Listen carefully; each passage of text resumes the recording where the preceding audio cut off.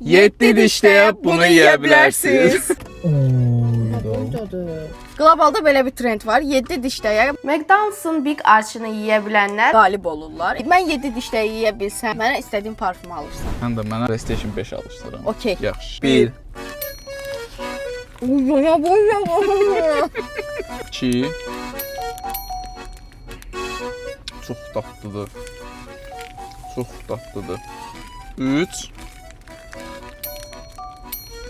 Mən ucu doydum. Yarısını yemişəm 3 dişləyə. 4 Bunun sousu çox qəşəngdir. Double ət var. Və ət özü də qalındır. Çox dadlıdır. Necə 5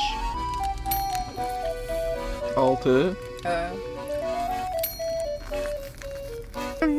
O hamısını başa vurarsa. 5 dişliyə yeyən var. 7